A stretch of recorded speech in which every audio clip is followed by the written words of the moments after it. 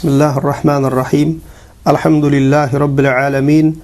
Vessalatu vesselamu ala Rasulina Muhammedin ve ala alihi ve ashabihi ecma'in.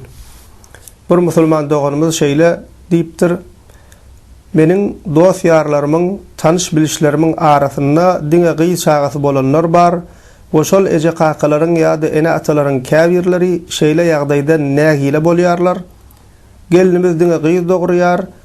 Ya-da dine bizde şeyle bolaýmalmyka, näme üçin onda ogul var, menne ýok. Ýaly jahil düşünjede bolýarlar. Şeyle adamlaryň yürekleri rahatlar ýaly her hili ýagdaýda Allah Taalaga şükür etmelidigini biler ýaly näme maslahat berýärsiňiz diýipdir. Birinji bilen musulman doganlar her bir musulman kişi şunu bilmeli, şeksiz şüphesiz inanmaly. Her bir zat Allah Taalaň takdiri bilen bolýar. Öldürýän, direldiýän, rızk berýän, rızky giňeldiýän, rızky daraldiýän, kesellesek Allah'ın takdiri bilen bolýar. Şifasyny berýän Allah Taala. Her bir zat Allah Taalaň elinde. Ve bize çağa bagş edýän Allah Taala. Allah Taala islänyne ogul berýär, islänyne gyz berýär, islänyne ekiz berýär. Hawa, emma islänyne önelgesiz goýýar. Demek näme şu zatlaryň hemmesi Allah Taalaň takdiri bilen bolýar. Allah Taalaň elinde. Her bir musulmanyň şuňa şeksiz şüphesiz inanjy bolmaly, akidasy şu hili bolmaly musulmanyň. Her bir zat Allah Taalaň islegi bilen, Allah Taalaň takdiri bilen bolýar. Allah Taala Kur'an-ı Kerimde Şura surasının 49-njy 50-nji ayetinde Allah Taala diýär: "Lillahi mulkus semawati vel ard. يخلق ما يشاء يحب لمن يشاء إناثا ويحب لمن يشاء الذكور أو يزوجهم ذكرانا وإناثا ويجعل من يشاء عقيما إنه عليم قدير." Göklerin ve yerin mülkü Allah'a mahsustur. Ehli zatın eyesi Allah Taala. Biz Allah Taala'nın yerine Allah Taala'nın nämesi yaradan kullary. Mihman şu dünyada. Ehli zat Allah Taalaň elinde. Ehli zatın eyesi, yaradyjysy, dolandyrjysy Allah Taala. Göklerin we ýeriň mülki Allah'a mahsustur. Allah Taala islan zatyny yaradýanlar. İslanine, söýüň musulman doganlar. İslanine gyz çağa, İslanine erkek çağa bagş edýär. Ýa-da gyz we erkek çağany bilelikde bagş edýär. İslanini önelgesiz goýýar. Şüphesiz Allah Taala ehli zatı bilýänler, ehli zata kadyrdyr diýär Allah Taala Kur'an-ı Kerimde. Şonuň üçin musulman doganlar gyz çağa bolsun, erkek çağa bolsun, Allah Taalaň bize bagş eden nigmatydyr. Birini gowur, başgasyny pes görmeli däl. Beýle etmeklige biziň hakymyz ýok. Bir näçe kişiler bar, şol çağajyklaryň gyz diýmän, oglan diýmän dırnağına mätäç bolup dur. Çağam bolsa diýip zarinlap ýörler. Eger Allah Taala saňa nesip eden bolsa, gyz çağaň bolsa, oglan çağaň bolsa, gyzym boldy, oglum boldy diýip arasyny aýyrmaly däl musulman doganlar. Hemmesini Allah Taalaň bize beren nigmaty we amanaty hasaplamalylar. Egerde meniň diňe gyzym bolýar, ay planly ogul var, menne bolanok, menne ýa-da gyz bolup dur diýip şoňa meňzeş düşünjeler dilimizden diýsek ýa-da içimizden geçirsek nägile bolsak musulman doganlar Allah Taalaň bize ýazan takdirine närazylyk etdigimiz bolýar. We Allah Taalaň bize bagş eden çağa nigmatyna näşkurlyk etdigimiz bolýar. Bu bir mesele. İkinji mesele musulman doganlar gyz çağany halamazlyk ýa erkek çağany gyzdan aýry tutup erkege üns berip köp gyz bolsa halaman ýörmeklik bu musulman adamda hiç bolmaly wasyp däl. Musulmanyň ahlagy asla däl. İslam gelmedinden öň musulman doganlar jahiliýe kapyrlar hem gyz çağasy köprak bolup berse şol halamandyrlar. İslam gelmedinden öň müşrik kapyrlar köp gyz çağasy bolup berse halamandyrlar. Hatta musulman dogonlar size has genzat aydayın. Belki bu aytacaklarım kafirleriniz barıncı gedek eşdersiniz. Ol hem musulman dogonlar İslam gelmezinden ön kafir cahiliye müşrikler gıyz çağası bolsa gıyz bolanın halaman doğulandan diriliğine yere gömer ekenler. Akılla sığayan zattı. O musulman dogonlar yanlış eşitmediniz. Herediye ayalı govrulu olsa çağası doğmalı vatıl doğsa herediye şu erkek mi gıyz mi? Gıyz bolsa şu gıyz doğan bäbeci küçükliğini ekidip diriliğine yere gömmeyen ekenler. Ki akılla da sığayan zat derler. Adam bir nahak hayvanı bir zat etse kıyınlanıyor. Ösü oturan ağacı nahak kesseler şahasını dövseler kıyınlanıyor. Seredin. Öz bağırından önen çağasını ekidip gıyz bolun üçün diriliğine yere gömmeyen ekenler. Allah Teala Kur'an-ı Kerim'de musulman doğanlar bize bu barada haber veriyor. Ençeme ayetlerde geliyor bu barada. Misal hükmünde kafirini aydık geçsek Nahl surasının 58. 59. ayetlerine. Allah Teala aydiyor وَإِذَا بُشِّرَ أَحَدُهُمْ بِالْأُنْثَى ظَلَّ وَجْهُهُ مُسْوَدًّا وَهُوَ كَظِيمٌ يَتَوَارَى مِنَ الْقَوْمِ مِنْ سُوءِ مَا بُشِّرَ بِهِ أَيُمْسِكُهُ عَلَى هُونٍ أَمْ يَدُسُّهُ فِي التُّرَابِ أَلَا سَاءَ مَا يَحْكُمُونَ. Ol müşrikler var, Allah Teala şolardan haber veriyor. Olardan birine gıyz çağası bollu deyip buğuşlansa yüzü kızarıp kahır gelerdi diye. Özüne gelen buğuşluk sebepli halktan gizlenerdi. Ol gıyz çağanı öz yanına alıp kalsın mı ya da toprağa gömsün mü diyerdi. Gıyz bollu deyse kahır gelip utanıp şonu halktan gizlenip nägile olup narazi olup näme diýen eken gömmeli mi ya alıp kalmaly mı diýip pikir edýän ekenler. Allah Teala diýär bular nähiler we töküm berýärler diýär. Kawa. Hemmesi däl elbetde kafirleri, müşrikler şey diýen eken. Hatta başga tarap müşrikler bolup dur şol beýlekleriň edýän işini halaman we gıyz çağasyny gömjek bolsa şolardan satyn alýan ekenler. Gömmäň diýip. Ama kafirler hem şungalak vahşilik edipdirler. Kur'an-ı Kerim'de İsra surasının 31. ayetinde Allah Teala aydiyor: وَلَا تَقْتُلُوا أَوْلَادَكُمْ خَشْيَةَ إِمْلَاقٍ نَحْنُ نَرْزُقُهُمْ وَإِيَّاكُمْ إِنَّ قَتْلَهُمْ كَانَ خِطْئًا كَبِيرًا. Allah Teala diyor, gariplikten korkup çağlarınızı öldürmeň. Olaryň we siziň rızkyňyzy biz berýäris. Olary öldürmekliňiz gaty ulu günadyr diye, agar günadyr diye. Kafir müşrikler gıyz çağasını näme üçin öldürýän eken? Oglan bolsa ulanar, sewşeýdir, olja getirer diýip oglan çağasynyň bolmagyny isleýän ekenler. Hem gıyz çaga bolsa näme? Gıyz çaga hawa urşa gitmeýär, olja getirmeýär, beter ýetişen soň başga birine çykyp gitmeli. Şonu özlerine ýük görýän ekenler. Näme üçin biz ulardy saklaly ýetişdirelip? Kafir müşrikler özlerine ýük görýärler, biziň rızkymyzdan iýä diýip düşünýän ekenler. Allah Teala da diýär: gariplikten korkup ekläp bilmerin diýip çağalaryňyzy öldürmeň diýär Allah Teala. Olaryň we siziň rızkyňyzy biz berýäris diýär. Ýene Allah Teala aýdýar Tekvir surasy 8-nji Tekvir surasy 8-nji 9-njy ayetlerine ve izel mev'udatu su'ilet bi ayyi zambin qutilet diýär. Allah Teala kıyamatda boljak zatlar habar berýär we şolaryň arasynda diýär ol gün diri gömülen gıyz çağadan näme günäsi üçin öldürilenligi soralyna diýär. Bir günä hiç bir günäsi ýok. Bir can bäwejik allar gömdüler.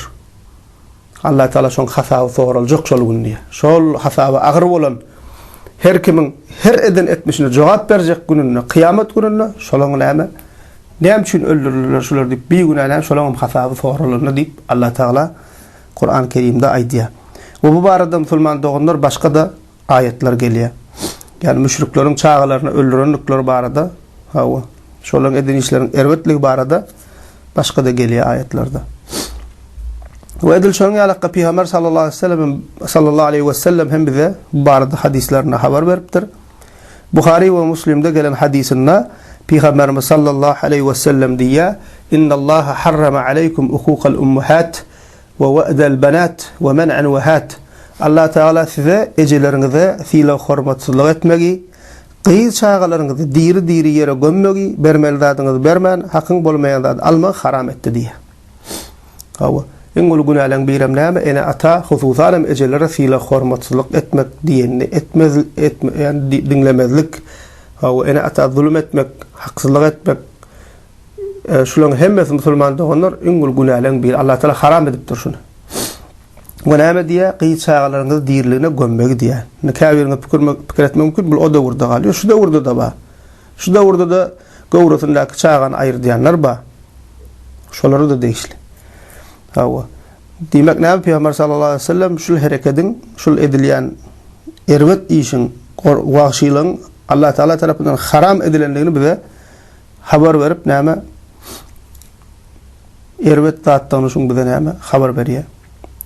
Indi musulman doganlar şunu barınjygedek eşdendiňiz şeýle pikir etmek mümkin-de bul aýdylan gurrun o çağasyny diri ýere gömmek kıý çağany onlar asr öň bolup geçipdir. Olar medeniýetsiz bir çöl halky, wagşy, butparaz adamlar. Şoň üçin şeýle edýä diýip düşünmekliňiz mümkin. Emma ýok musulman doganlar, gowja pikirlensek, şu döwürde de şu zatlar bolup otyr. Şu döwürde de şu zatlar bolup otyr. Eşdiýäňiz, eşdensiňiz we bilýäňiz, şu döwürde de abort diýip bir zat ba, gowrasyndaky çağasyny aýryp diýär. Her hil sebäpler bilen bolup bilýär. Kâbir misal üçin kıý çağasy köprak boluberse, barla diýär jinsiýeti belli bolsa, oglany isläp kıý çağasy bolsa, kıý çağany aýry diýär, oglany goýdurýar. Oglana degdiren oglan çağa. Şu döwürde bolup otyr 21-nji asyrda. Ol döwürdäki bolýa, aň düşünje pes eken, wagşy adamlar butparaz eken, kafir eken, müşrik eken diýjek. Bu döwürdäki näme diýjek? Aň düşünje ösen döwründe, olim bilim ösen döwründe we geň ýeri özüne köp suçlayan musulman diýär. Musulman adamlar şol hereket edýär. Näme diýär? Gowrasyndan çağasyny alır diýär, abort etdirýär. Bulan şol edýän erbetligi olankydan hem erbedirek. Olar anny müşrik eken, kafir eken, sen özüňe Muhammed sallallahu aleyhi ve sellem ümmeti diýip, musulman diýip, o goýa 21-nji asyryň adamy ýaşaýjysy aň düşünje ösen döwrüniň adamy gelip şu hereketi şu döwrem edýärler. Gowrasyndaky çağany aýyrtyrýarlar gyýdy bolanyň üçin. Ya bolmasa gyýdan bolmasa kafir näme? Gowral wagty aýrylýardy, ärini gahar edip gowrasyndaky çağasyny aýyrtyrýar. Kafir diye ay bir taýinlik diye ýene bir zat diye şeýdip gowrasyndaky çağasyny aýyrtyrýar. Kafir diye eklep bilen zok bu döwürde eklemek kyn köp çağa seredip bolanok, biz planlamadyk, öňünden hasaplamadyk, şol galaýypdyr da diýip çağasyny aýyrtyrýar.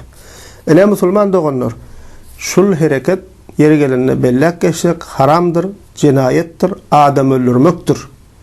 O döwürde edýän eken biz geň görüp zatlar okaýas çağasyny öldürýän eken şu döwürde çağasyny öldürüp ýörler. Adam gaty wagşy suratda öldürýärler. O jan giren, jan üflenen çağany bölek bıçak edip alýarlar. Allah saklasın.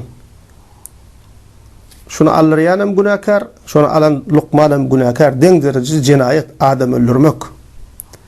Allah saklaýar musulman doganlar. Demek musulman doganlar käbir müşrikler gyý çağany halaman, şonu näme edipdir, şeýip öldüripdirler. Şu derejede gyý çağa bolan ýigrençler bar eken. Indi şu günkunda musulman doganlar ýa-ni musulman doganymyzyň aýdyşýalak gyý çağasy bolsa halamaýan, gahar gelýän, ýöne gyý zogurup dur diýip geliniň ýüregine agyrdyp ýörenler. Hatta şol sebäple aýrylýanlar ba gyý bolsa keýpi gaçja, gyýyň boldy diýse keýpi gaçyp, ýüzi solup şoňalaklar ba gyý çağasyny mirasyn mahrum edýänler ba. Ay gyýy näme çykyp gider çykan ýerine şo taýda ýoldaş sereder da diýip gyý çağany mirasyn mahrum edýänler ba. Ele musulman doganlar şularyň hiç biri gyý çağan şeýdi pes görüp gyý çağan boldy diýip nägile bolmaklyk. Gyý çağan bir gadyr edip erkek çağan gaty etmek musulmanyň wasfy däl, musulmanyň ahlaky däl. Belki musulmana anırda dursun adamçılığa sığıyan zattal. Canna Allah Teala onu qıyıcağı edip yaradıptır. Onu erkek edip yaradıptır. Saylap bilen yok ki Allah Teala'nın takdiri. Onu sen qıyız deyip ayrı tutup kem tutup onu erkek deyip yokor tutup bul musulman doğun ne ile olup qıydım bollu deyip bul musulmanın eger hiç bolmalı vasfı da musulman doğundur. Belki yankı deyişim alaka adamçılığa sığıyan zattı. İnni musulman doğunlar Peygamberimiz sallallahu aleyhi ve sellem bu hususta qıyı çağları qovurmaklıgın, terbiye etmekliğin fazileti barada bize nemeler deyiptir. Hadislere seyretsek. Peygamber sallallahu aleyhi ve sellem bize hadislerine musulman doğunlar qıyı çağın biz üçün nığmattığını haber veriyor. Qıyı çağa qovudup seyretmekliğin, qovudup terbiye edip yetiştirmekliğin sogabının şonu yetiştirmekliğin sogabının sonunda cennet badığını haber veriyor. Qıyı çağa qovudup mehir verip yetiştirip ululup ölüyüşükledip iman edip yetiştirmekliğin ulluqan amallığını hatta şol eden amalının cehenneme girmekliğine şol kişinin cehenneme girmekliğine pəsil olacaqlığını haber veriyor. Ayap saklamaklığın, qovurmaklığın ahmiyetini bize haber veriyor hadisler. Ve bu arada kən hadisler var. Ve Peygamber sallallahu aleyhi ve sellem'in öz qıydı bolan 4 sanaqqa qıydı var, 7 çağası var, 3 oğlu, 4 qıydı bolan Peygamber sallallahu aleyhi ve sellem'in. Ve Peygamber sallallahu aleyhi ve sellem hemme çağalı hususan qıydılarını beter qovuruptur. Hiç açan çağalarına bir Peygamber sallallahu aleyhi ve sellem'in qatırganını ya el götürenini hiç kime sabitte yok haber verilmeye. Şimdi Peygamber sallallahu aleyhi ve sellem'in aydan kâbir hadislerine seretsek Peygamberimiz Muhammed sallallahu aleyhi ve sellem diye bu hadis Ahmet'te geliyor, Hakim ve Zahabi bu hadisin sahihliğini aydiyalar. Peygamberimiz Muhammed sallallahu aleyhi ve sellem diye men wulidet lehu ibnetun felem yeidha ve lem yuhinha ve lem yu'thir veladahu aleyha yani zekar edhalahu Allahu bihal cennet. Kimin qıyı çağası bolsa diye onu diri yere gömmese. Şu döwürdäki adamların içinde şol yoň bolup däpde sur bolup galypdyr käbir arapların içinde. Peygamber sallallahu aleyhi ve sellem şunu aydyp şul erbet däpde surun şu ata-baba arapdan içinde käbirliň içinde gelýän öňüne geçýär. Şoň üçin Peygamber sallallahu aleyhi ve sellem näme? Şol wagt şollara ýüzlenip diýär. Kimin qıyı çağası bolsa onu diri yere gömmese diýär. Ona diye pes qaramasa, ay qıyız bollow dip diye pes qaramasa, erkek çağasının ya qıyı çağasından yuqarı tutmasa, yani qıyız dip pes tutup erkek bol yuqarı tutmasa, deň tutsa, näme diye Allah Teala onu cennete salar dip aýdýar. Hawa çağasını dir yere gömmese diýen şu döwürdäki biz aýtdyk, şu hereket şu erbet wagşylyk şu döwüram edilýär diýdik. Abort dip bardatpa gowrusundaki çağasını alır ya. Hatta sizler musulman doğanlar şeyle bir vakany paylaşayın. Bir qoňşy türkü döwletlerden ady hukmandar bir ýaqyn tanşym diye öz ýaşaýan şäherçämizde diye qıyız azarly diye. Çünkü her kim ogluga worup diye oglum bolsun diýip qıyı çağasy bolsa aýyrdyp, qıyı çağasy bolsa aýyrdyp ýaşaýan şäherçämizde qıyız azarly diye gidip ol qoňşy şäherçelerden başga şäherlerden guda bolýarlar diye. Şu derejä gelip ýetdi diye. Onu ahir soň şu taýynyň mollulary, ýeneleri, şu ahunlary nesihat edip aýdyp şu zat bolanok haram, beýtmek bolanok diýip zordan şu mesele şeýdip aýdyp öňüne geçdiler şoň diye. Ene kim qıyı çağasyny dir ýere gömmese, ýani şu döwürdekiler de işle qıyydym mollu zat diýip gowrusyndan çağasyny aýyrtmasa, gawy. Wa pes garamasa, näme diýip Peygamber sallallahu aleyhi ve sellem erkek çağasyndan qıyı çağasyny pes tutup erkege kor tutmasa, ýani hemmesini deň tutsa, Allah Teala onu cennete salar diye. Yine de musulman doğanlar Sahih Müslim'de geçen hadisinde Peygamberimiz Muhammed sallallahu aleyhi ve sellem diye men ala ala cariyeteyn hatta tebluğa jaa yevmel kıyameti ana ve huve ve zamme asabi'ahu. Peygamberimiz diye kimin iki qıydı bolsa ve olary ulolyança ya da maşgala guryançalar eklep saklasa, qow terbiye berse, Kıyamet günü diye men ve ol ve parmaklarını birleştirip korkudu diye Peygamber sallallahu aleyhi ve sellem ve zamma asabi'ahu. Kıyamet günü men ve ol kişi şeyle bolar sip diye parmaklarını birleştirip korkudu diye. Yani menle bile bolar dit diye. Yani ey köp kıydım bolya dip nägile bolyan musulman dogunum. Sen nägile bolmaly, sen begenmeli. Sen habarın yok. Sen eger özüň imanly adam bolsaň, halala haramy ünsürip ýören adam bolsaň, din diýanatyna bagly adam bolsaň, akydaň düzgün bolsa, sen kıydyň bolmakly sen üçin aýan buşluk bu dünýäde. Cennetiň ýolyny tutupsyň sen musulman dogun, sen kıydyň bolýar diýip nägile bolmaly, begenmeli. Peygamber sallallahu aleyhi ve sellem diye ey kıydı bolan kişi diye sen şoňa gowy etsen ulanýança ýetişdirsen gowy terbiýe bersen meňlen bile bolarsyň diýip otyr. Ýerden musulman nägile bolmaly kıydyň bolýarmyň diýip begenmeli beter.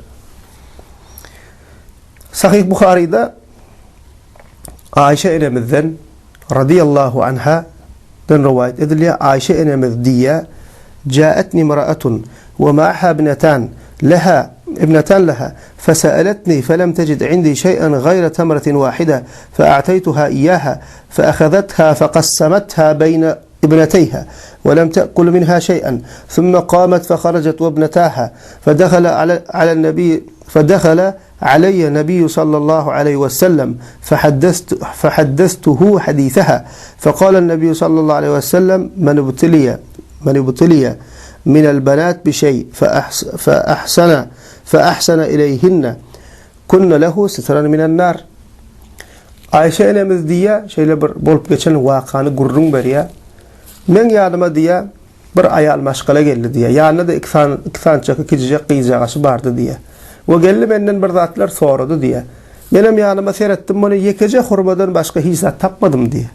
Ondan allym şu birje hurmany berdim diye. Ondan ýanky aýal şu birje hurmany ally, iki bölüdi diye, bir bölejini bir gyýdyna, bir bölejini bir gyýdyna berdi, özüm hiç zat iýmedi diye. Soňra bir salymdan turdy çykdy gitdi diye. Soňra gidýär Peygamber sallallahu aleyhi ve sellem geldi Ayşe enemiň ýanyna. Onda Ayşe enemiz Peygamber sallallahu aleyhi ve selleme ýanky bolup geçen ýagdaý gurrun berýär. Şonda Peygamber sallallahu aleyhi ve sellem Ayşe enemiz dinläp bolandan soň ýandan şunu diýär. Allah Teala diýär, kimi şeýle gyýdylar bilen sinag etse we olara gowy seretse, kıyamet günü şolara eden ýagşylygy, şol amal näme diýär? Şonu cehennemden bir sitir boljak, cehennemden şonu gowrajak diýär. Hawa. Sinag da gyýçagan bolsun, erkek çagan bolsun, malyň bolsun, şu hemmesi biz üçin sinag musulman dogundur. Diýmek näme kelime gyýdym bar diýmeler, begenmeli, gowsar etmeli. O kıyamet günü sen üçin näme şol eden amalyň cehennemiň arasynda perde boljak, seni otdan gowrajak. Şeydi Peygamber sallallahu aleyhi ve sellem gyýçagan ýetişdirmekliň faziletini we ähmiýetini aýdýar. Ýene-de musulman dogunlar Tirmizi'de gelen hadisinde Peygamberimiz Muhammed sallallahu aleyhi ve sellem diýär: "Men kana lehu 3 banatin aw 3 ahawatin aw bintani aw ukhtani fa ahsana suhbatahunna wattaqullaha fihinna falahul cennah." Kimin diýär Peygamber sallallahu aleyhi ve sellem 2 tane gyýdy bolsa diýär. Ya da 3 tane gyýjysa ya da 3 tane gyýjygyny bolsa. Ya da diýär 2 gyýdy bolsa. Ya da diýär 2 tane gyýjysa ya da 2 tane gyýjygyny bolsa diýär. Olara gowy seretse, hiç zatlaryny kemetmese, elinden gelenden şolara gowy seretse.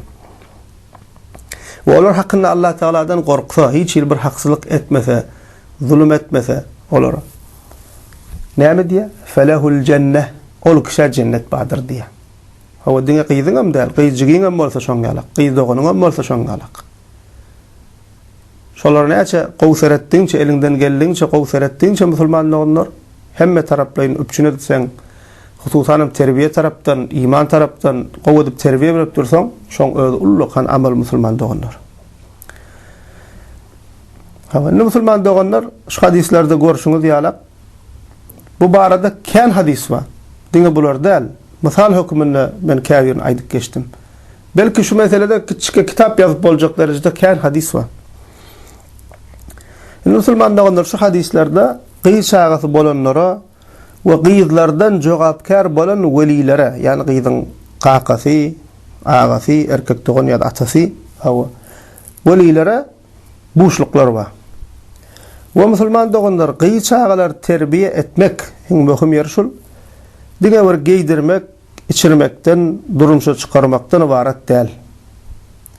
Esaskan musulman doğanlar gow terbiye vermek, edep, ahlak,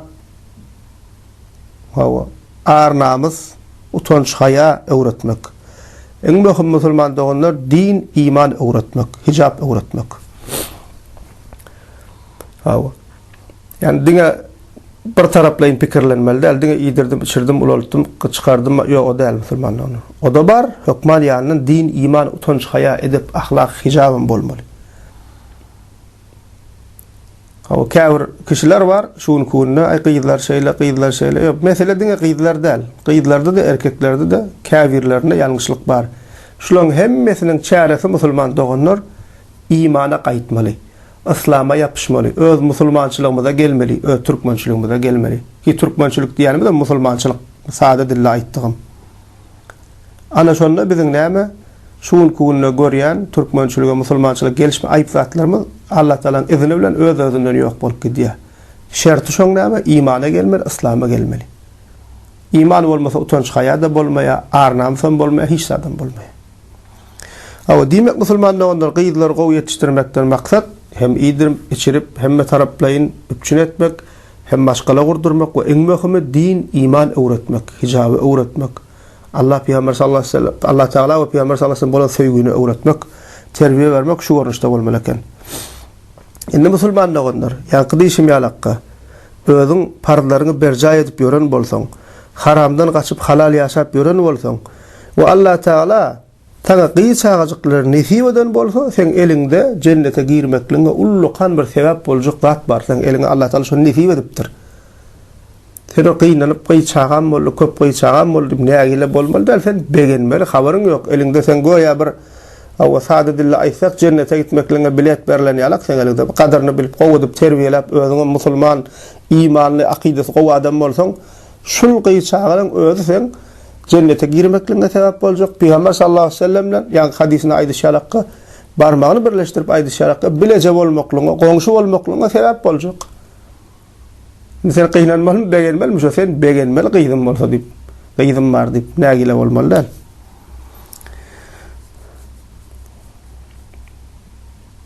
Ve ýaňam diýdik musulman doganlar, Peygamber sallallahu aleyhi ve sellemin 7 şagasy bolýar, 3 ogly bolýar, 4 gyzy bolýar. Gyzlar Fatma, Zeynep, Rukiye, Ümmü Gülsüm.